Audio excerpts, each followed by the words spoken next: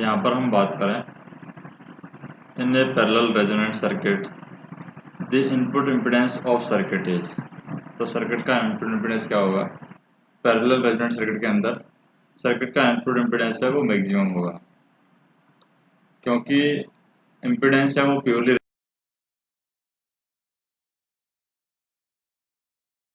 Resistive हो जाएगा। Condition है तो यहाँ पर जो भी यहाँ पर इम्पीडेंस होगा प्योरली रेजिस्टिव हो जाएगा।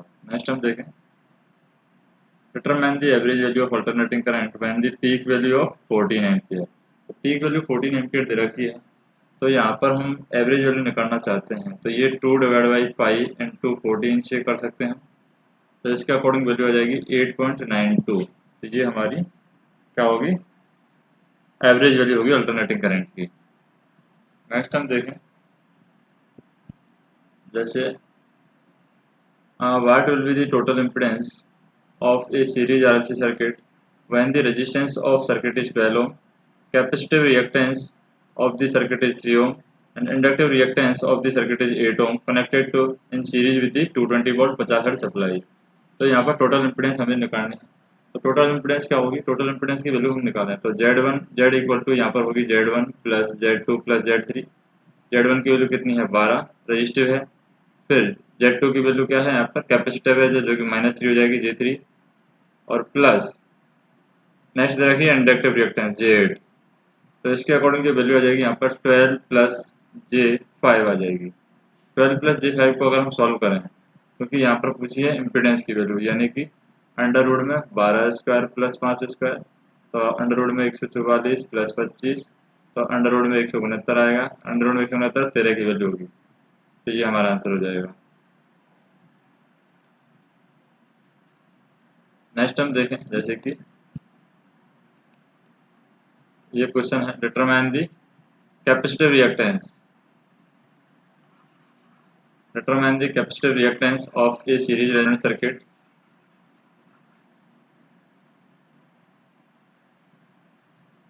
when the circuit is supplied by a frequency of 50 Hz and having the capacitance of 0.04 millifarad। तो यहाँ पर कैपेसिटेंस दे रखा है 0.04 millifarad और कैपेसिटिव रिएक्टेंस हमें निकालनी है। तो कैपेसिटिव रिएक्टेंस हम कैसे निकालेंगे? यहाँ पर कैपेसिटिव रिएक्टेंस का फार्मूला जो होता है XC equal to 1 divide by 2 pi FC, ये होता है कैपेसिटिव रिएक्टेंस का फार्मूला। तो इसके अकॉर्डिंग हम देखें यहाँ पर, जैसे कि या फिर 2 पाई एफ सी या जे ओमेगा एफ सी हम बोल सकते हैं, जे ओमेगा सी। तो 2 पाई एफ सी के अकॉर्डिंग ये वैल्यू हो जाएगी, जे यहाँ पर ऊपर चला जाएगा, जे ओमेगा सी, यानी एक्स सी की जो वैल्यू होती है जे ओमेगा सी होती है।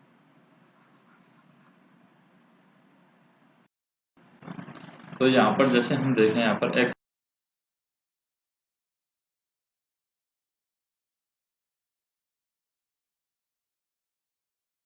सी की जो वैल्यू दे रखी है माइनस के J divide by 2 pi F C, तो 2 पाई इंटू एफ की वैल्यू दे रखी है यहाँ पर 50।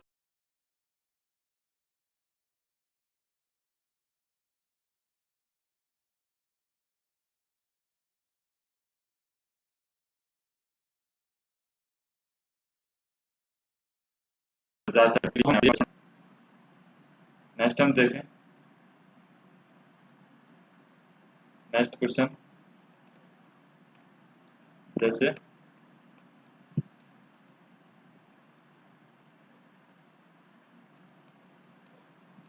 ये क्वेश्चन है यहाँ पर, what will be the resonant frequency of a tank circuit when the capacitance and inductance of the circuit is 0.06 millifarad capacitance है और 0.06 मिली हेनरी यहाँ पर इंडक्टेंस है, और हमें निकालना है यहाँ पर रेजोनेंट फ्रीक्वेंसी। तो रेजोनेंट फ्रीक्वेंसी हम कैसे निकालेंगे? तो रेजोनेंट फ्रीक्वेंसी निकालने के लिए हम यहाँ पर सॉल्व करेंगे, उसी फार्मूले को हम यहाँ पर अप्लाई करेंगे, 1 divide by 2 pi root L C, L और सी यहाँ पर। तो इसके अकॉर्डिंग आ जाएगा 1 divide by 2 pi under root L की वैल्यू दे रखी है 0.06 और सी की वैल्यू दे रखी है 0.06 इंटू 10 की पावर -6 हो जाएगा। तो यहाँ से वैल्यू आ जाएगी 1000 डिवाइड बाई 2 पाई इंटू 0.06। तो इससे आ जाएगी 2.65 हमारा आंसर आ जाएगा 2.65। नेक्स्ट हम देखें जैसे कि calculate the value of capacitance connected in parallel with the inductance of 3 Henry when the resonant frequency of circuit is 4 radian पर सेकेंड। तो सर्किट की रेजोनेंट फ्रीक्वेंसी यहाँ पर दे रखी है 4 रेडियन पर सेकेंड,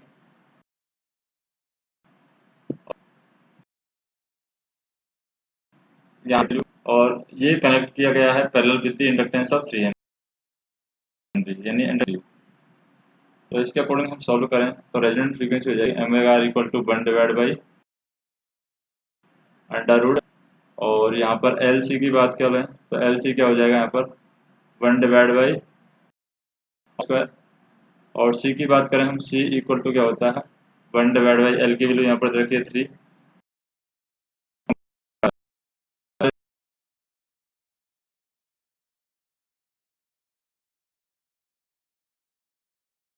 स्क्वायर क्या होता है 3 मिली फेरेड, यहाँ पर ये वैल्यू हो जाएगी। नेक्स्ट हम देखें जैसे ये क्वेश्चन देखते हैं, जैसे यहाँ पर वैल्यू होगी 20.83 मिली फेरेड। नेक्स्ट है what will be the instantaneous value of alternating current which is represented by I of T equal to 20 sine 13t minus के 20 and when the value of T is, जबकि वैल्यू है T की value क्या दे रखी है यहाँ पर वो 5 दे रखी है। तो इसके अकॉर्डिंग हम सॉल्व करें, यहाँ पर टी की वैल्यू 5 दे रखी है तो ये हो जाएगी आई टी की वैल्यू 20 13t, टी की वैल्यू 5 दे रखी है तो ये हो जाएगा 65 माइनस 20 45 साइन 45, साइन 45 का मान क्या होता है साइन 45 का मान होता है 1/√2, तो यानी 20 डिवाइड बाई √2 हो जाएगा। यहाँ पर 20 डिवाइड बाई √2 की वैल्यू क्या हो जाएगी 14.4414, तो ये हमारा आंसर हो जाएगा। नेक्स्ट देखें जैसे calculate the value of phase angle in a series RC circuit having the resistance of 50 ohm and capacitance reactance is 86.6 ohm when supplied with the frequency of 50 hertz. अगर इसको फ्रीक्वेंसी 50 हर्ट्ज के साथ supply किया जाएगा तो यहाँ पर हमें फेज एंगल कैलकुलेट करना है। तो फेज एंगल कैसे कैलकुलेट जाएगा, जैसे फाई की जो वैल्यू है यहाँ पर phi equal to tan inverse 86.6, क्योंकि ये कैपेसिटिव रिएक्टेंस दे रखी है, एक्स डिवाइड बाई आर होता है, आर की वैल्यू दे रखी है 50, तो इसके अकॉर्डिंग जब हम फाई की वैल्यू सॉल्व करेंगे तो फाई की वैल्यू हो जाएगी यहाँ पर 1.01 रेडियन, और रेडियन को अगर हमें डिग्री में बदलना है तो यहाँ पर 180/पाई से गुना कर देंगे, तो 1.01 इंटू 180 डिवाइड बाई पाई, तो ये वैल्यू आ जाएगी 60 डिग्री, तो ये हमारा आंसर हो जाएगा। नेक्स्ट हम देखें जैसे what is the value of total impedance what is the value of total impedance in ohms of a tank circuit working at resonant frequency having the capacitance of 0.01 millifarad and the inductance of 0.01 millihenry। तो यहाँ पर inductance दे रखा है 0.01 milli henry and यहाँ पर resonant frequency दे रखी है, resonant frequency capacitance दे रखा है यहाँ पर 0.01 मिली फेराड। तो इसके अकॉर्डिंग हमें क्या ज्ञात करना है, यहाँ पर टोटल इम्पीडेंस ज्ञात करनी है। तो टोटल इम्पीडेंस कैसे ज्ञात करेंगे, टोटल इम्पीडेंस ज्ञात करनी है यहाँ पर, तो रेजोनेंट ट्रायंगल सर्किट के अंदर दे रखा है, तो इसका मतलब यहाँ पर एल और सी है, ये आपस में क्या है पैरेलल में कनेक्टेड है, जैसे यहाँ पर ये दोनों पैरेलल में कनेक्टेड है और ये डायरेक्टली प्रोपोर्शनल टू दे रखा है इम्पीडेंस के, तो इसका मतलब हम कह सकते हैं कि ये इम्पीडेंस की वैल्यू इनफाइनाइट होगी, क्योंकि रेजोनेंट सर्किट के अंदर इम्पीडेंस की वैल्यू क्या होती है, टोटल इम्पीडेंस की जो वैल्यू होती है वो इनफाइनाइट होती है, टोटल इम्पीडेंस की वैल्यू यहाँ पर इनफाइनाइट होती है रेजोनेंट सर्किट के अंदर, क्योंकि आर की वैल्यू 0 होती है, आर की वैल्यू 0 के according x divide by R के अकॉर्डिंग हम सॉल्व करते हैं इसको, तो इनफाइनाइट निकल के आ रहा है। नेक्स्ट हम देखें जैसे what will be the peak value of voltage of a voltage waveform when the root mean square value of voltage is 30 volt। तो रूट मीन स्क्वायर यानी कि वी आर एम एस की वैल्यू दे रखी है 30 और हमें वी पीक वैल्यू निकालनी है। तो पीक वैल्यू कैसे निकालते हैं? पीक वैल्यू निकालने के लिए हमें क्या करना होगा, इसको रूट से मल्टीप्लाई कर देंगे। रूट 2 से मल्टीप्लाई करेंगे तो वैल्यू क्या हो जाएगी, 42.42 यहाँ पर वैल्यू आ जाएगी। नेक्स्ट हम देखें, which one of the following is the correct relation between the peak and average value of alternating current. तो जो पीक वैल्यू है या फिर एवरेज वैल्यू है वो 0.637 पीक वैल्यू के इक्वलेंट होती है। तो यानी कि हम कह सकते हैं यहाँ पर I average equal to 0.637 I peak. तो ये ऑप्शन होगा यहाँ पर।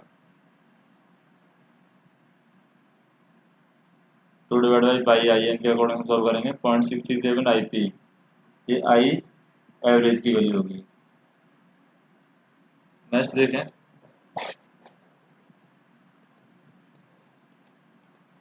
जैसे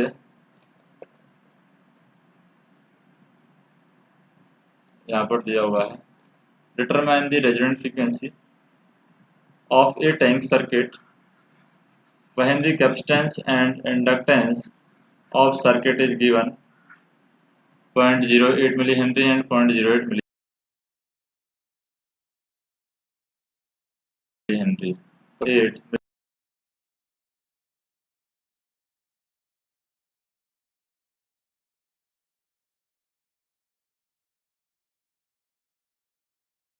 मिलीफेराड देखने का। जैसे f की वैल्यू होती है f equal to 1 divide by 2 pi, तो यहाँ पर हो जाएगी 1 डिवाइड बाई 2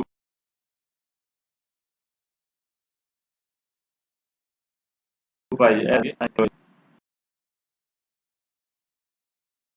क्योंकि 0.1 मिली हेनरी है, ये भी मिली हेनरी 10⁻³ यानी 1000 की डिवाइड इक्वल हो जाएगा यहाँ पर। तो ये हो जाएगा 2 किलो हर्ट्ज है। तो फ्रीक्वेंसी की वैल्यू क्या होगी यहाँ पर, 2 किलो हर्ट्ज आ गई फ्रीक्वेंसी की वैल्यू। तो ये आंसर होगा 2 किलो हर्ट्ज। नेक्स्ट हम देखें, determine the quality factor of series resonance RLC circuit when the bandwidth of the circuit is 20 hertz. Bandwidth 20 hertz दे रखी है और यहाँ पर रेजोनेंट फ्रीक्वेंसी दे रखी है 1 हर्ट्ज। तो क्वालिटी फैक्टर की अपन बात करें, क्योंकि जो वैल्यू होगी quality factor equal to omega not divide by bandwidth. तो क्यू यहाँ पर हो जाएगा क्वालिटी फैक्टर,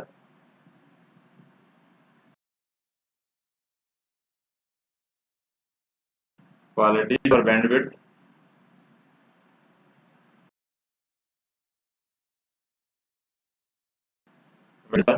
ओमेगा नॉट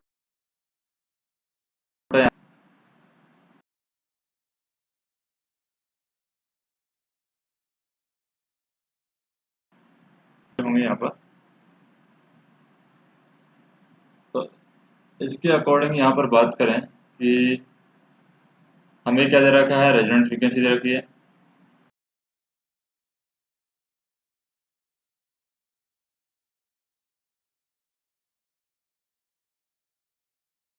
और तो 0.05 हमारा आंसर होगा। यहाँ पर 0.05, यहाँ पर 2 किलो है। नेक्स्ट हम देखें अगला क्वेश्चन, जैसे कि which of the following represent the quality factor of series RLC circuit. तो सीरीज आरएलसी सर्किट के अंदर क्वालिटी फैक्टर क्या होगा, 1/r अंडर रूट L/C, ये ऑप्शन होगा यहाँ पर। और नेक्स्ट हम देखें, determine the total impedance of A series RLC circuit having the resistance of 10 ohm, capacitive reactance of 2 ohm and inductive reactance of 6 ohm and connected a series across 200 volt and 50 hertz supply। हमें क्या ज्ञात करना है यहाँ पर, impedance of RLC circuit ज्ञात करना है। तो इम्पीडेंस कैसे ज्ञात करते हैं यहाँ पर, जैसे कि हमें आर की वैल्यू दे रखी है, एल की वैल्यू दे रखी है, सी की वैल्यू दे रखी है। तो कैसे ज्ञात करेंगे, तो इम्पीडेंस की बात करें यहाँ पर, जेड इक्वल टू क्या होता है, जेड इक्वल टू 10 प्लस जे, ये आर और सी की वैल्यू है 6 और 2 दे रखी है, तो 6 - 2 आ जाएगी, क्योंकि जो ज़्यादा होगा पहले आ जाएगा। तो ये वैल्यू हो जाएगी 10 प्लस के इम्पीडेंस को हम मोड में सॉल्व करें तो मोड में वैल्यू हो जाएगी यहाँ पर 10 का स्क्वायर यानी कि 100 प्लस 4 का स्क्वायर यानी कि 16। Under root 116। तो यहाँ पर जेड की जो वैल्यू है, जेड मोड की वैल्यू, ये क्या आ जाएगी, 10.77 हमारा आंसर आ जाएगा। नेक्स्ट हम देखें, जैसे क्वेश्चन दिया हुआ है, what will be the value of impedance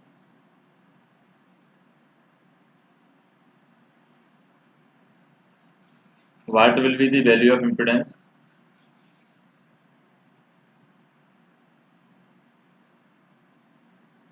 what will be the value of inductance connected in parallel with the capacitive of 4 farad in series with RLC circuit having the quality factor of 2 and the resonant frequency of 6 radian per second। तो यहाँ पर हम देखें, resonant frequency दे रखी है 6 radian per second, हमें impedance की value निकालनी है पैरेलल आरएलसी रेजोनेंट सर्किट के अंदर। तो ये वैल्यू होगी यहाँ पर, कैपेसिटेंस दे रखा है C 4 फेराड, रेजोनेंट फ्रीक्वेंसी भी दे रखी है, सिर्फ हमें वैल्यू ऑफ इम्पीडेंस हमें निकालनी है जो कि कैपेसिटेंस के अंदर पैरेलल में कनेक्टेड होगी।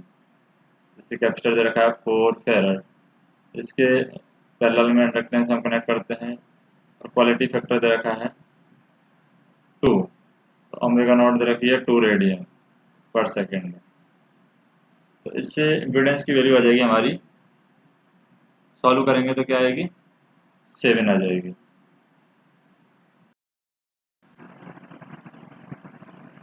नेक्स्ट हम देखें यहाँ पर, जैसे कि ये क्वेश्चन है, what will be the value of average power in watt if a sinusoidal voltage applied across a series RLC circuit is 20 sin omega Vt and current flowing the circuit is 10 sin omega t plus 60, ये दिया हुआ है।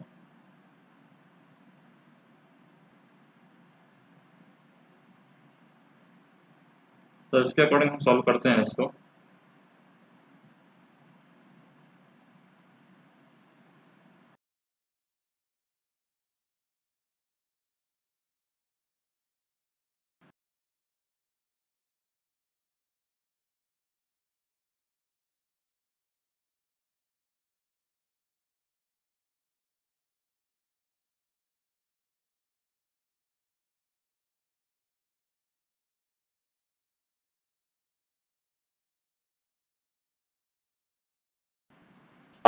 Sinusoidal voltage applied across ए series RC circuit, तो यहाँ पर voltage दे रखा है 20 sine omega T और करंट भी दे रखी है यहाँ पर 10 साइन ओमेगा टी प्लस 60। यहाँ पर हमें एवरेज पावर निकालनी है। तो एवरेज पावर कैसे निकालेंगे, एवरेज पावर का फार्मूला होता है BRMS IRMS cos फाई।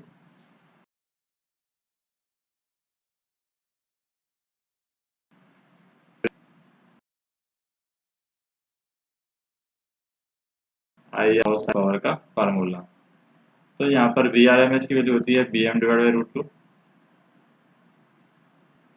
और IRMS की वैल्यू होती है IM डिवाइड बाई रूट 2।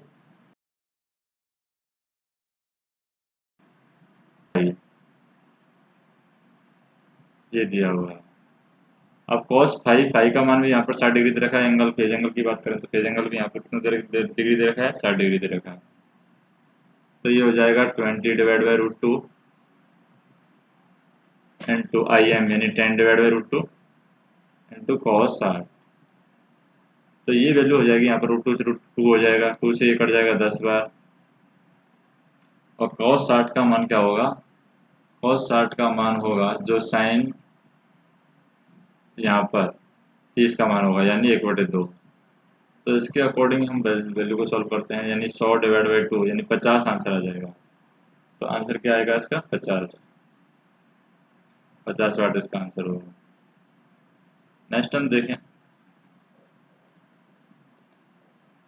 जैसे कि what is the total impedance of A series RLC circuit containing a resistance of 8 ohm, capacitive reactance of 2 ohm and inductive reactance of 8 ohm connected in series across the 100 volt 50 hertz supply. तो total impedance की value क्या होगी? तो यहाँ पर total impedance की value हम निकालें, और सीरीज RLC सर्किट दे रखा है हमें, तो इसका मतलब हम कह सकते हैं यहाँ पर कि एक तो दे रखा है ए जे इक्वलेंट इक्वल टू 8 माइनस के J2 प्लस के J8, क्योंकि इंडक्टेंस से प्लस आ जाएगा, कैपेसिटेंस से माइनस आ जाएगा। तो ये वैल्यू होगी हमारी 8 प्लस J6। इसको हम सॉल्व करें तो अंडर रूट में 64 प्लस 36, यानी कि J इक्वलेंट की वैल्यू कितनी आ गई? 10। तो 10 हमारा आंसर होगा। नेक्स्ट देखें, जैसे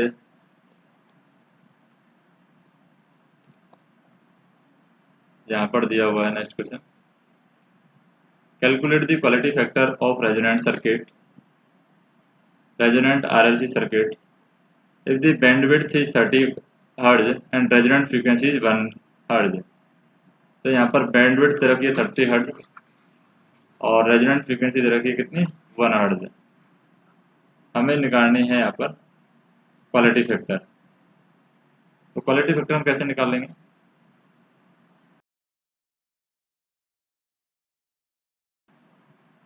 क्वालिटी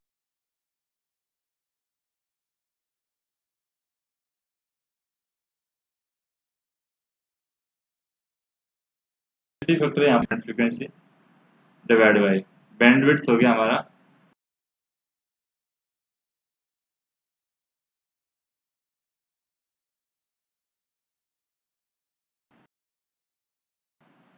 वन का हर्ट्ज दे रखी है, बैंडविड्थ 30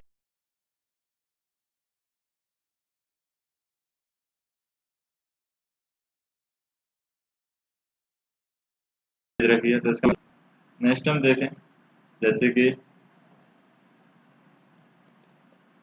ये क्वेश्चन है, for the circuit shown below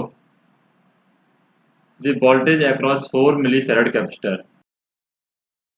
तो वोल्ट मिली वोल्टेज की वैल्यू क्या होगी, वो हमसे यहाँ पर पूछी है। रेजिस्टेंस दिया, तो सबसे पहले तो हम यहाँ पर देखें कि जो XL की वैल्यू है वो होती है 2 पाई एफ। 2 पाई एफ की वैल्यू 50 इंटू एल की वैल्यू क्या है? 0.15 एफ। तो ये आ जाएगी हमारी XL की वैल्यू। XL की वैल्यू इस तरीके से आ गई है 47.1। इसी तरीके से XC की वैल्यू हम निकालें, XC की वैल्यू क्या होती है? 1 divide by 2 pi FC, 1 divide by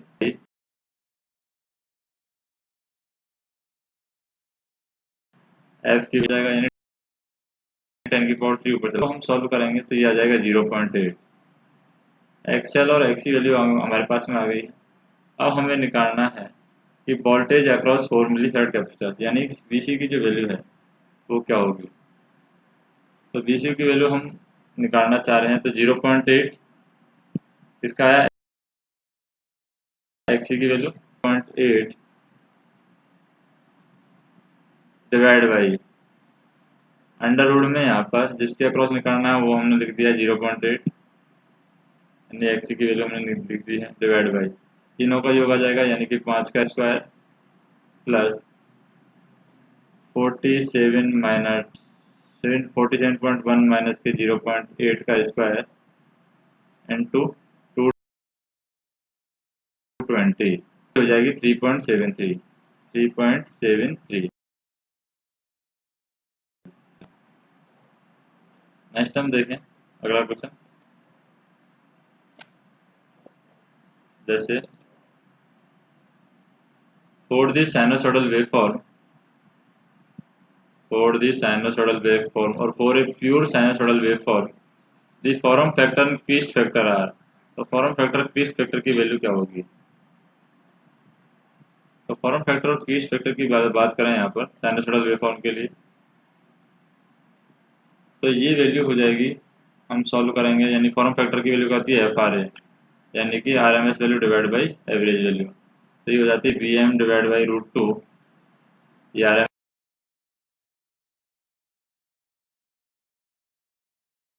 RMS value हो जाती है। 2 Vm डिवाइड बाई पाई हो जाता है एवरेज वैल्यू।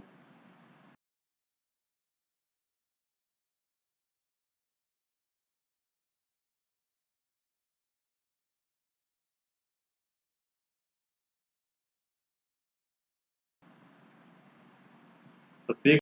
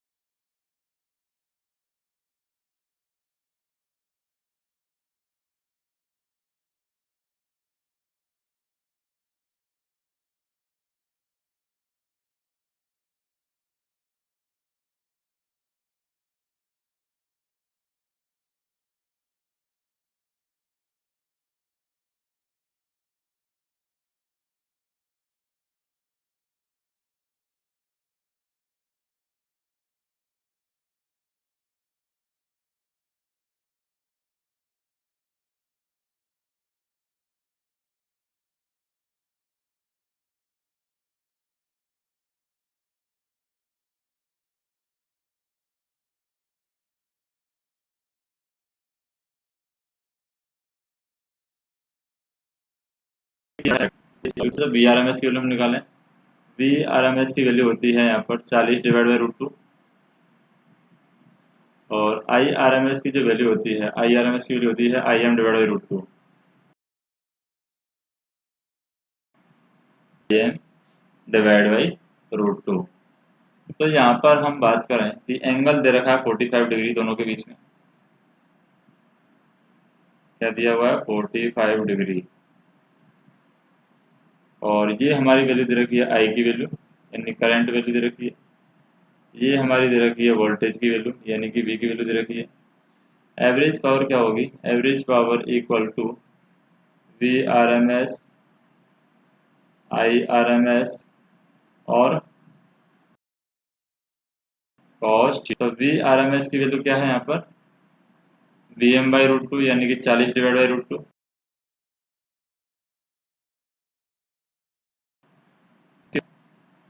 आई आर एम एस की वैल्यू है यहाँ पर 20 divide by root 2 into cos theta. Cos तो अकॉर्डिंग ये वैल्यू जो आएगी हमारी,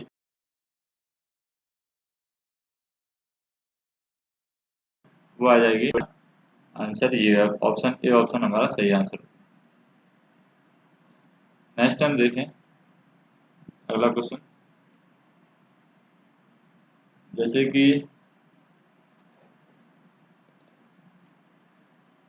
determine the value of inductor connected in parallel with the capacitance।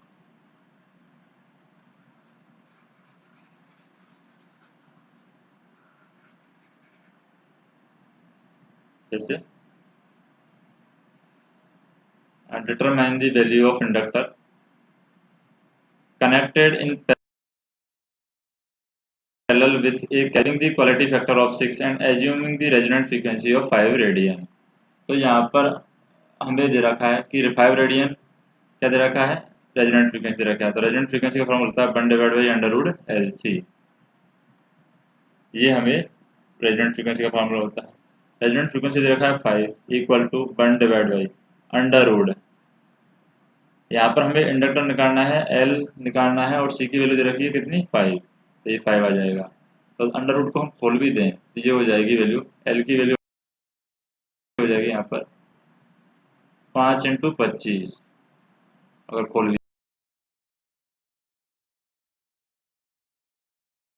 दें। नेक्स्ट हम देखें, at resonant frequency the impedance of series resonant circuit. Impedance होती है रेजोनेंट सर्किट के अंदर मैक्सिमम। तो यहाँ पर सीरीज रेजोनेंट सर्किट दे रखा है, इसलिए ये मिनिमम होगी इम्पीडेंस। अगर पैरेलल रेजोनेंट सर्किट होता तो ये मैक्सिमम होती है। नेक्स्ट देखें, next question,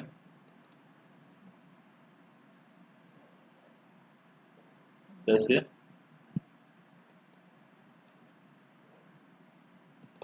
determine the value of phase angle in the series RC circuit having a resistance of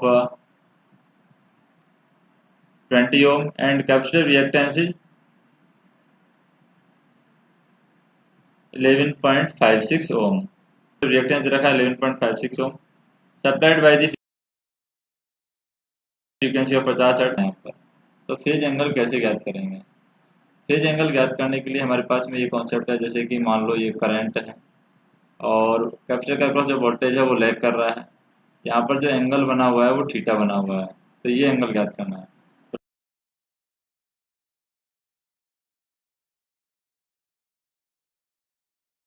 ten theta, theta equal to tan inverse X C, X C की value है 6 divide by R, R की value है यहाँ पर 20,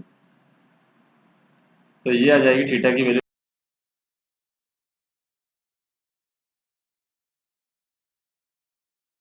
यहाँ पर 30। Next हम देखें, जैसे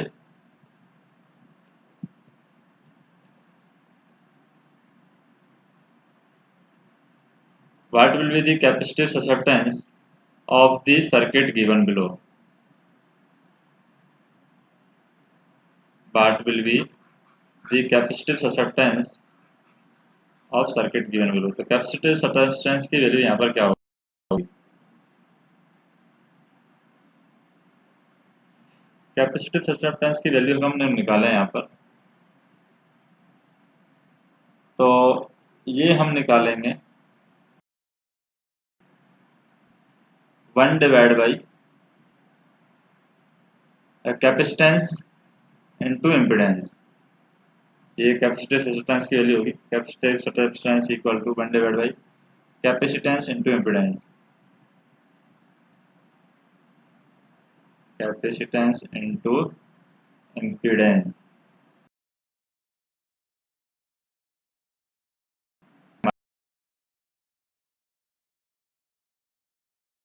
हमारी कैपेसिटेंस की वैल्यू 1/2πfc,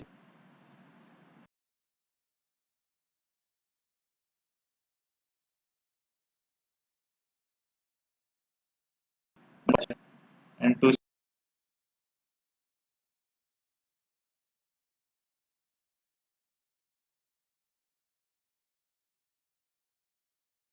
सी की वैल्यू 7.126 सेकेंड, ये हमारी कैपेसिटिव सस्टेंस की वैल्यू सर्किट के अंदर आ जाएगी। तो ये कैपेसिटिव सस्टेंस की वैल्यू होती है कैपेसिटेंस इनटू इम्पीडेंस, और कैपेसिटेंस इनटू इम्पीडेंस को हम देते हैं 2 पाई 1 डिवाइड बाई 2 पाई। नेक्स्ट हम देखें, जैसे कि 527 का हम क्वेश्चन देखते हैं, यहाँ पर दिया हुआ है determine the quality factor of series RLC circuit,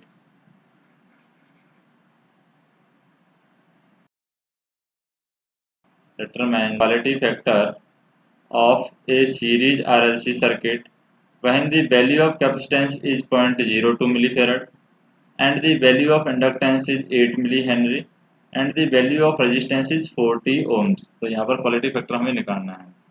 तो क्वालिटी फैक्टर कैसे निकालेंगे? क्वालिटी फैक्टर का जो फार्मूला होता है Q equal to 1 divide by 2 epsilon होगा। वैल्यू है यहाँ पर 1 डिवाइड बाई 2 इंटू ये होगी r/2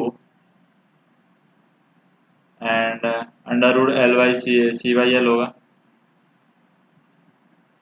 C/L।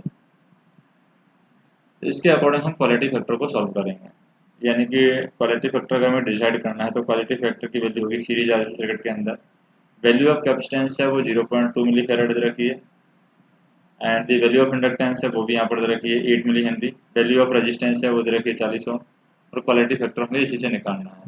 तो क्वालिटी फैक्टर का फार्मूला हो जाएगा यहाँ पर 1 डिवाइड बाई 2, यहाँ पर कितनी 40, तो ये 40 का अकॉर्डिंग हम सॉल्व कर लेंगे, यानी कि 2 से 2 कट जाएगा, यहाँ पर आ जाएगा डायरेक्ट 40 और यहाँ पर अंडर रूट C/L को हम सॉल्व करें तो अंडर रूट L है ऊपर चला जाएगा, यानी कि 8 ऊपर चला जाएगा, और अंडर रूट C 0.02 को हम बाहर भी निकालें 0.02, तो ये आ जाएगा 40 इंटू 0.02, तो इसकी वैल्यू हो जाएगी final value 0.5।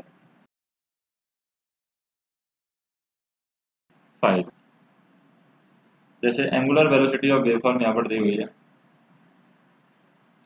The angular velocity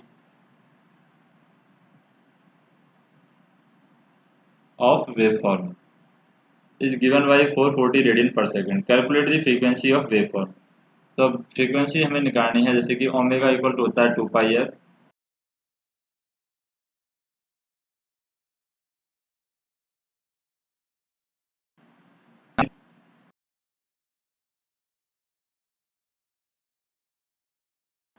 तो इसके पाई का मान हो गया 3.14, तो ये वैल्यू हो जाएगी फ्रीक्वेंसी 70। तो 70 के अकॉर्डिंग आंसर आ जाएगा हमारा ये। नेक्स्ट हम देखें, जैसे वैल्यू दी हुई है, एक coil of resistance 10 ohm, a coil of resistance 10 ohm and the inductance of 10 millihenry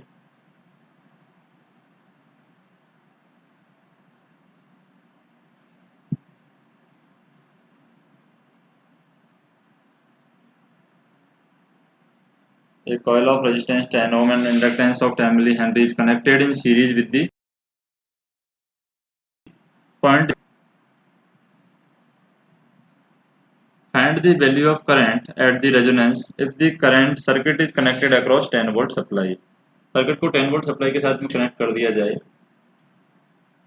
तो यहाँ पर हमें निकालना है वैल्यू ऑफ करंट। तो वैल्यू ऑफ करंट कैसे निकालेंगे, जैसे कि रेजोनेंट कंडीशन में एक्सएल की वैल्यू है वो एक्ससी के बराबर होती है, और जेड की वैल्यू क्या होती है, जेड इक्वल टू होता है एक्सएल माइनस के एक्ससी। और ये X L minus X C, X L equal to X L X C है, तो ये जोड़ जाएगा, यानी जेड की वैल्यू होगी हमारी आर के बराबर। तो आई की वैल्यू हो जाएगी हमारी वी डिवाइड बाई आर, और वी कितना है यहाँ पर 10, तो यानी बने। नेक्स्ट हम देखें, जैसे कि the coil having a resistance of 5 ohm and the inductance of 38.22 millihenry is connected to 20 volt 50 hertz supply। Calculate the current flowing in the circuit। तो करंट की वैल्यू हमें निकालनी है, रेजिस्टेंस दे रखा है, इंडक्टेंस दे रखा है, तो कैसे निकालेंगे, जैसे जेड की वैल्यू क्या होती है आर प्लस के जे एक्स एल, तो आर की वैल्यू दे रखी है यहाँ पर 5 प्लस के जे एक्स एल पर 38.22। तो एक्सएल को हम लिख सकते हैं 2πfl, इस तरीके से लिख सकते हैं 2 इंटू 38.22 डिवाइड बाई जेड हो जाएगा, जेड का वही मोड हो जाएगा, और जेड का मोड क्या है 5 प्लस जे टू है, बाकी तो यहाँ पर कुछ मतलब नहीं है इसका, 5 इंटू इसका 5 प्लस जे टू मेन है यहाँ पर, तो यानी कि 5 प्लस जे टू, इसको पूरे को हम सॉल्व कर रहे हैं, तो ये 5 का वर्ग 25, और ये कितने का वर्ग आएगा 12 का वर्ग, क्योंकि इसको सबको हम सॉल्व करेंगे तो 12 आएगा। तो जेड इक्वल टू हो गया 5 प्लस के जे12, तो हमारी आई की वैल्यू आ जाएगी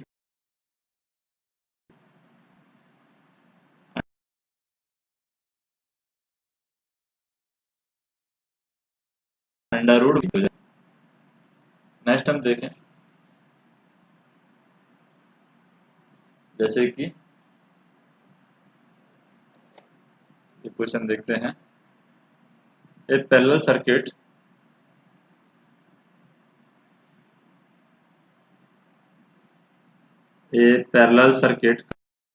कंसिस्ट ऑफ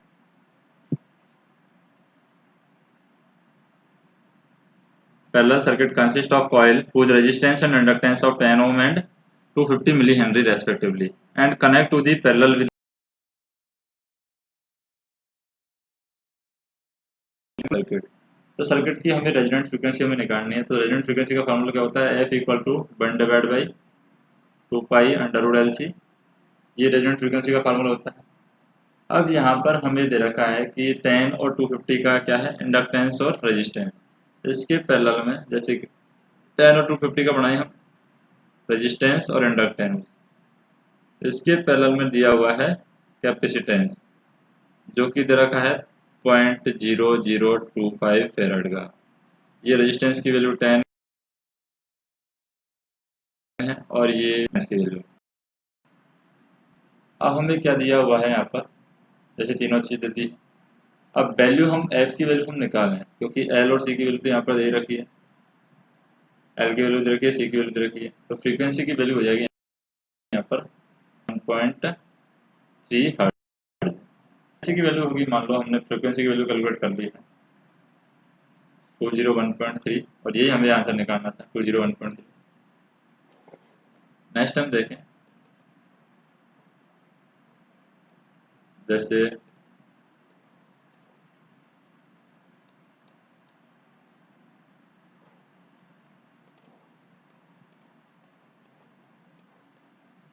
ये क्वेश्चन देखते हैं। Find the value of supply voltage for the circuits on in the figure. Supply voltage के लिए वैल्यू क्या होगी यहाँ पर, तो सप्लाई वोल्टेज की यहाँ पर बात करें हम, तो क्या होगी सप्लाई वोल्टेज का फार्मूला। सप्लाई वोल्टेज के लिए फार्मूला हो जाएगा यहाँ पर V equal to under root VR² plus जो भी ज़्यादा होगा उसको रखेंगे BL और BC में, दोनों समान है यहाँ पर, तो यानी 100 माइनस 100 का स्क्वायर। तो ये तो कैंसिल आउट हो जाएगा, जीरो हो जाएगा। BR² यानी 50 का स्क्वायर, तो V की वैल्यू यहाँ पर क्या आ जाएगी 50। तो B का आंसर यहाँ पर 50 वोल्ट आ गया। नेक्स्ट हम देखें, जैसे what is the peak value of current used by the washing machine rated eight 230 volt 60 ampere. तो यहाँ पर हम देखें कि पीक वैल्यू हमें पूछी है करंट की वॉशिंग मशीन के अंदर, जो कि रेटेड है 230 वोल्ट एंड 16 एम्पियर। तो पीक करंट की जो वैल्यू होती है वो होती है √2 इंटू IRMS। तो IRMS की वैल्यू कितनी रखी है यहाँ पर 16 एम्पियर। तो 16 इंटू √2 से हम मल्टीप्लाई करें तो ये वैल्यू होगी 22.62। तो 22.62 हमारा आंसर होगा। नेक्स्ट हम देखें, जैसे what is the value of capacitive susceptance in the circuit. तो कैपेसिटिव ससेप्टेंस की वैल्यू यहाँ पर क्या होगी सर्किट के अंदर, ये हम निकालें। तो कैपेसिटिव ससेप्टेंस का फार्मूला यहाँ पर लगा देते हैं।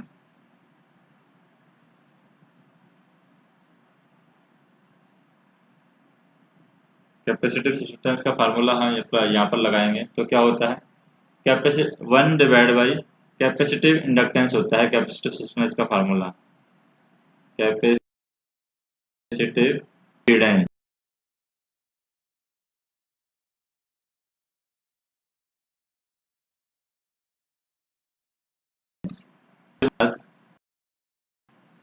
सी की वैल्यू क्या दे रखी है 0.1 इंटू 10⁻⁻3। तो ये आ जाएगा पॉइंट, ये हमारा आंसर होगा 0.0314 सेकेंड। नेक्स्ट हम देखें, what is the value of phase angle for a series RLC circuit. What is the value of phase angle in degree of a series RL circuit having the impedance of 150 ohm and impedance reactance of 90 ohm when supplied with the frequency of 50 hertz. तो इसको 50 hertz frequency के साथ में supply किया गया है। तो tan phi की जो वैल्यू ज्ञात करें हम, tan phi XL divide by R होता है। तो यहाँ पर XL की वैल्यू दे रखी है 90 और R की वैल्यू दे रखी है यहाँ पर 150 ओम। तो इसके अकॉर्डिंग सॉल्व करें तो फाई की वैल्यू आ जाएगी यहाँ पर tan इनवर्स क्या दे रखा है 150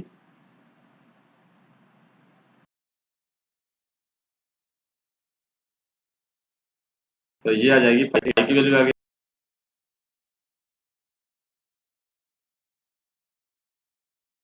है, जेड की वैल्यू और आर की वैल्यू हम निकाल सकते हैं। आर इक्वल टू क्या होगा, under root Z square minus के एक्सएल स्क्वायर। तो ये आर की वैल्यू यहाँ पर आ जाएगी 120। अब आर की वैल्यू भी हमारे पास में 120 है, जो कि पहले से दे रखी है 90 डिवाइड बाई 120। तो यहाँ पर जो वैल्यू आई है ये 120 आई है, 120 से हमारी 36.87 आई है। अब हमें क्या निकालना था यहाँ पर, जैसे फाई की वैल्यू निकालनी थी, फाई की वैल्यू हमने निकाल ली है 36.87। नेक्स्ट हम देखें, जैसे in parallel LC circuit what is the value of current at resonance. तो रेजोनेंस में करंट की वैल्यू क्या होगी पैरेलल एलसी सर्किट के अंदर। तो एलसी सर्किट अगर पैरेलल है तो एल है यहाँ पर और सी है। तो रेजोनेंट कंडीशन में करंट क्या होगी, जैसे जेड डायनेमिक की बात करें, जेड डायनेमिक में जो वैल्यू होती है L divide by R C होती है, और आर की वैल्यू यहाँ पर क्या होती है, जीरो होती है, क्योंकि यहाँ पर एलसी सर्किट है तो आर की वैल्यू जीरो होगी। आर की वैल्यू जीरो तो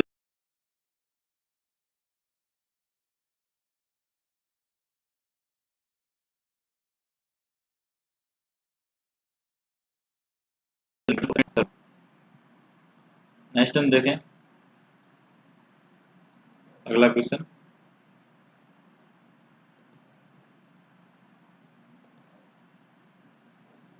जैसे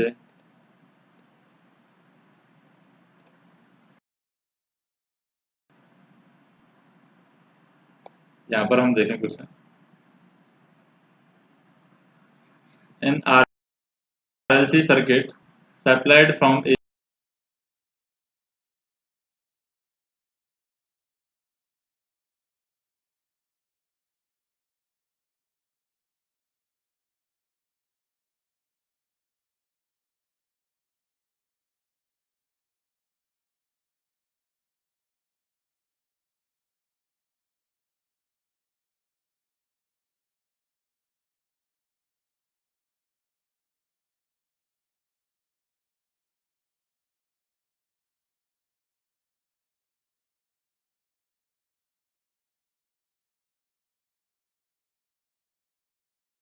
DC source energy stored in the magnetic field।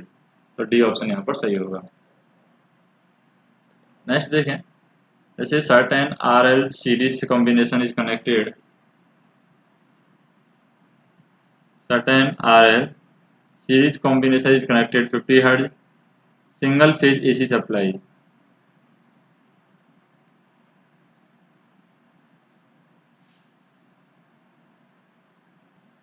Certain RL series combination is connected across 50 Hz single phase AC supply. If the instantaneous power drawn was found to be negative for 2 milliseconds in one cycle, the power factor angle of circuit must be। तो circuit का power factor angle की value क्या होगी, तो 36 degree हो जाएगा अगर 2 मिली second के लिए भी ये इंस्टेंटेनियस पावर ड्रॉन है वो।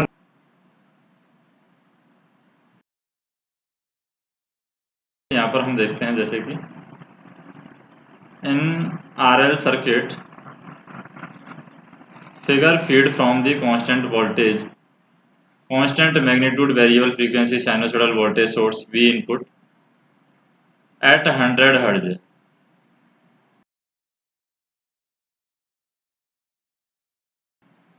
L element each are connected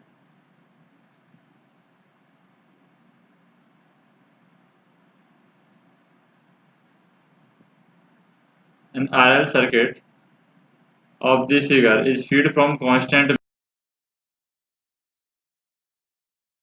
magnitude variable, and the R and L element each has voltage drop of UR to 250 Hz। तो न्यू वोल्टेज ड्रॉप की वैल्यू क्या होगी, यहाँ पर न्यू वोल्टेज ड्रॉप है वो हम निकालें तो ये हो जाएगा new voltage drop under root 8/5 URMS, ये हो जाएगा यहाँ पर, क्योंकि फ्रीक्वेंसी यहाँ पर कितनी हो गई है 100 हर्ट्ज से 50 हर्ट्ज हो गई है। तो ये आंसर हो जाएगा 8/5 URMS, ये ऑप्शन होगा। नेक्स्ट हम यहाँ पर देखें जैसे कि for the AC circuit as shown below,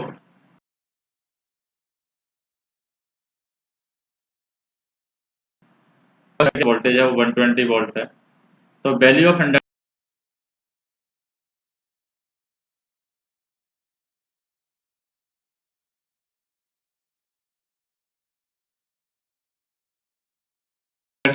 और BL की जो वैल्यू होगी यहाँ पर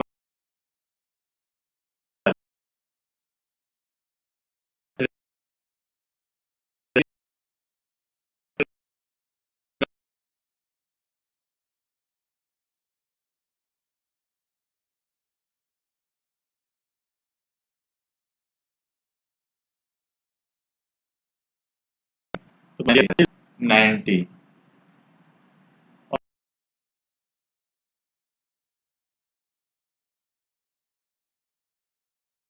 और V की अगर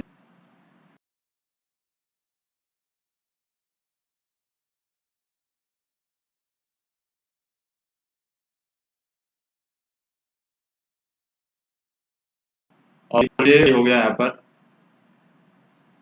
यानी V/RL, या फिर पूछा है कि वैल्यू ऑफ वैल्यू लाने के लिए हमें जैसे जो वैल्यू होती है 90 इंटू 90 इक्वल टू j⍵L है,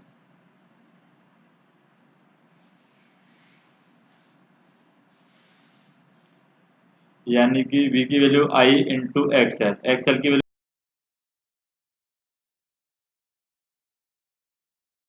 j⍵L होगी। देखिए यहाँ पर 120 यानी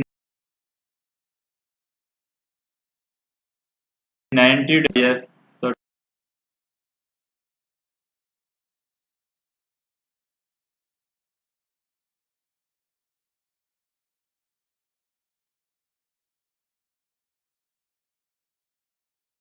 2 लिख देंगे यहाँ पर डायरेक्टली,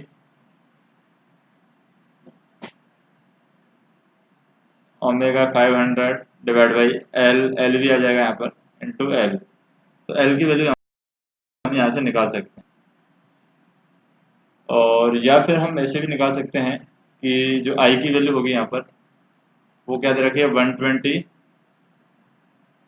यानी यहाँ पर जो वोल्टेज होगा डिवाइड बाई 1000, क्योंकि 1 किलो ओम है तो ये 1000 हो जाएगा 1000। तो ये I की वैल्यू हम यहाँ पर पुट कर सकते हैं, फिर L की वैल्यू निकाल सकते हैं।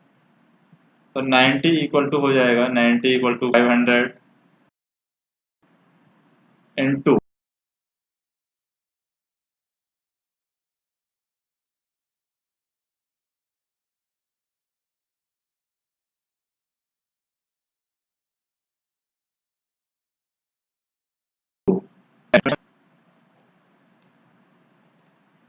जैसे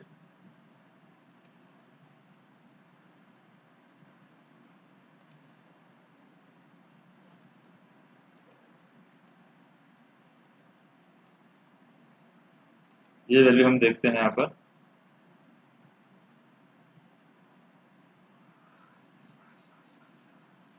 ए voltage of 50 sin 1000 t, a voltage of 50 sin 1000 t is applied across a parallel plate capacitor with the plate area of 5 centimeter,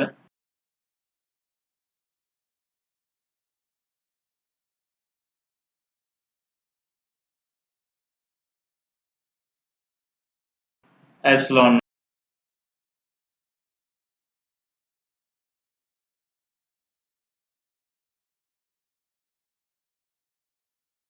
not, epsilon nought capacitor current की वैल्यू निकालते हैं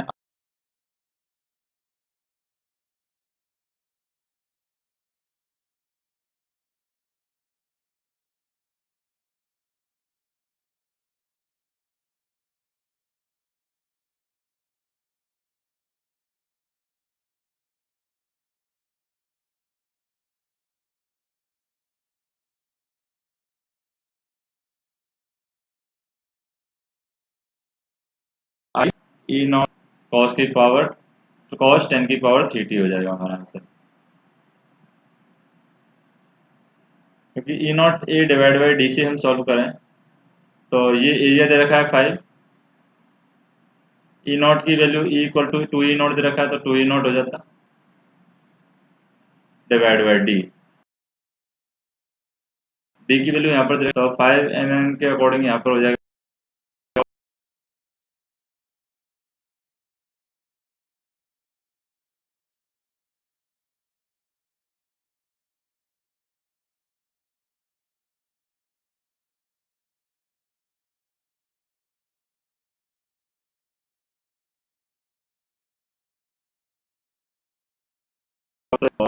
inductive circuit takes power from the AC main. So purely inductive circuit takes power from AC main. Both applied voltage and current increase, ये गलत है. Both applied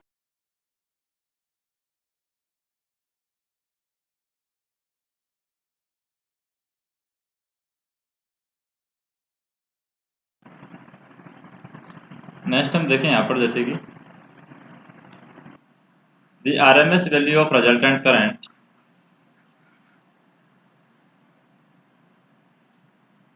जैसे the RMS value of resultant current in a wire which carries a DC current of 10 ampere and sinusoidal alternating current of peak value 20 ampere. तो दोनों यहाँ पर दे रखी है, साइनसोइडल करंट दे रखी है 20 एम्पियर पीक वैल्यू और डीसी करंट दे रखी है 10 एम्पियर. रिजल्टेंट करंट की वैल्यू क्या होगी? तो रिजल्टेंट करंट की वैल्यू हम निकालेंगे अंडर रूट 10 स्क्वायर प्लस के 20 डिवाइड बाई रूट 2 का होल स्क्वायर. तो ये वैल्यू हो जाएगी 100 प्लस के 20 इंटू 20 डिवाइड बाई 2, तो ये कट जाएगा 10 बार यानी 200, तो 210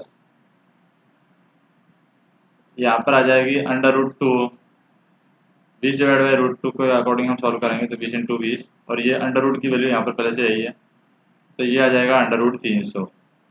अंडर रूट 300 हमारा आंसर होगा. तो अंडर रूट 300 को हम क्या लिख सकते हैं यहाँ पर 17.3 लिख सकते हैं क्योंकि यहाँ से 10 रूट 3 बार आ जाएगा और ये होता है रूट 3 की वैल्यू 1.73.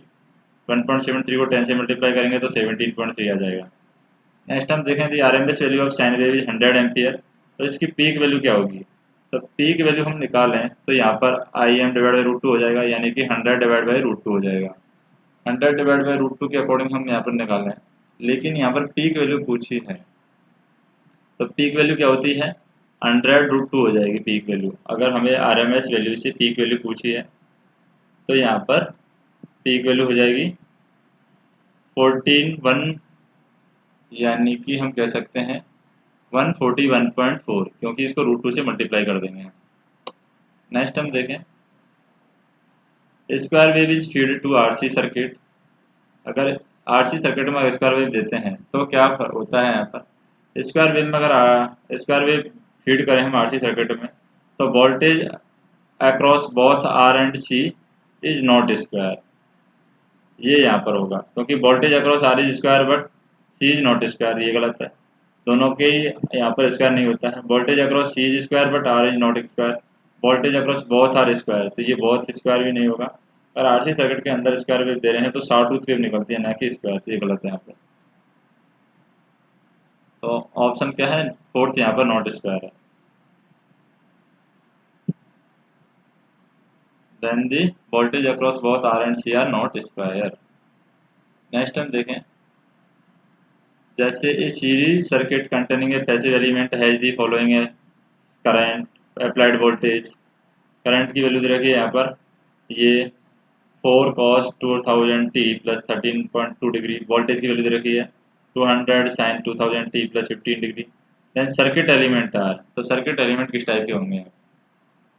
तो जैसे कि यहाँ पर करंट की वैल्यू दे रखी है और वोल्टेज की वैल्यू दे रखी है. अब यहाँ पर 13.2 डिग्री है 50 डिग्री है यानी वोल्टेज यहाँ पर लीड कर रहा है.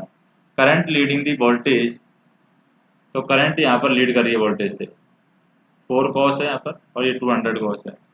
तो यहाँ पर हम कह सकते हैं कि एक को हम साइन को कॉस में बदलें, जैसे करंट को कॉस में बदलें तो करंट को कॉस में बदलते हैं तो ये क्या हो जाएगी साइन. अगर इस करंट को कॉस में बदलते हैं तो इसको यहाँ पर सॉल्व कर लेते हैं. ताकि हम सर्किट एलिमेंट का पता लगा सकें। तो ये हो जाएगी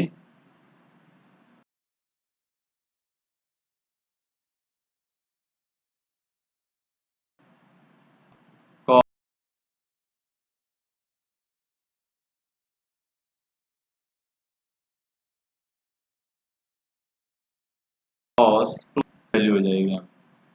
अब यहाँ पर हम बात करें कि 4 कॉस वैल्यू हम देखें 4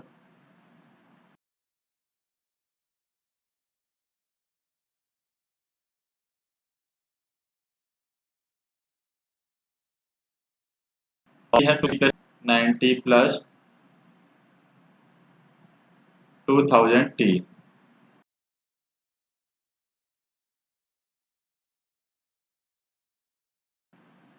3.2। अब इसको भी हम सॉल्व करें, साइन में बदल दिया है कॉस को, 90 प्लस थीटा लिख दिया इसको, तो यहाँ पर बदल गया cos, sine 90 plus theta cos theta हो गया पूरा। अब इसको भी हम सॉल्व करें तो ये 90 और 13.2 है, ये दोनों जुड़ के 103.2 डिग्री हो जाएगा, यानी 4 साइन 2000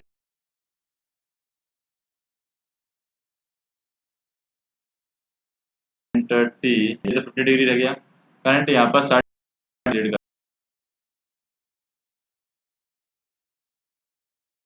रही है, कैपेसिटर होगा and it is not leading by 90 degree. अब यहाँ पर हम देखें जैसे कि एक 50 डिग्री है और एक 103 डिग्री है, यानी ये लगभग 53 डिग्री ही लीड कर रहा है।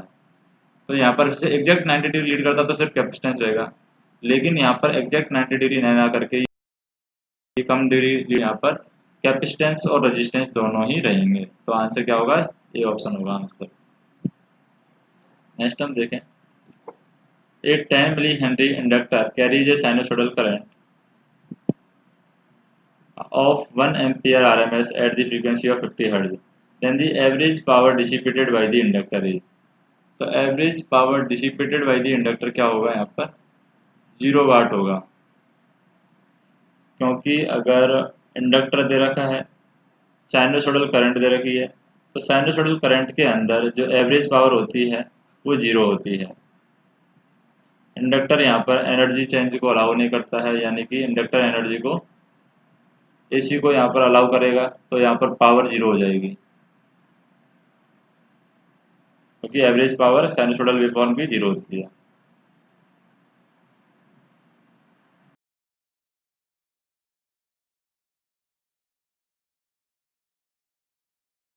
हम देखें यहाँ पर जैसे कि प्योर इंडक्टिव सर्किट है, प्योर इंडक्टिव सर्किट के अंदर क्या होता है, takes power from the line during some part of cycle. Pure inductive circuit के अंदर यहाँ पर consume some power on average, ये गलत है। डज नॉट कंज्यूम पावर, कुछ का पावर तो कंज्यूम करता है, यहाँ पर ये भी गलत है। Takes power from the line during the some part of cycle and then return during the other part of cycle, यानी कुछ लाइन के समय कुछ पार्ट तो ये एनर्जी लेगा और कुछ पार्ट फिर एनर्जी वापस दूसरे साइकिल में दे देगा। तो ये प्योर इंडक्टिव सर्किट में ये प्रोसेस होती है। नेक्स्ट हम देखें, a boiler at home is switched on to the AC main supplying power at 230 watt 50 hertz.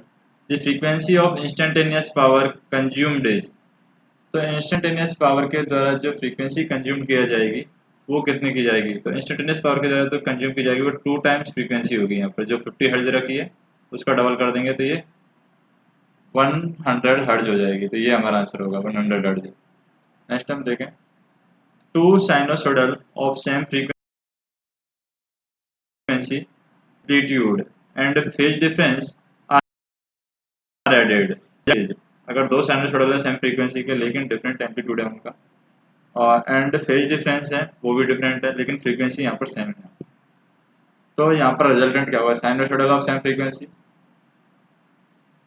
अगर सेम फ्रीक्वेंसी के हैं तो सेम फ्रीक्वेंसी के ही हमें साइनोसॉइडल यहाँ पर मिलने वाले हैं, चाहे उनका एम्पलीट्यूड और फेज डिफरेंस अलग अलग हो, फिर भी हमें सेम फ्रीक्वेंसी का मिलने वाला है। अगर सेम फ्रीक्वेंसी के तो साइनोसॉइडल को हम ऐड कर रहे हैं।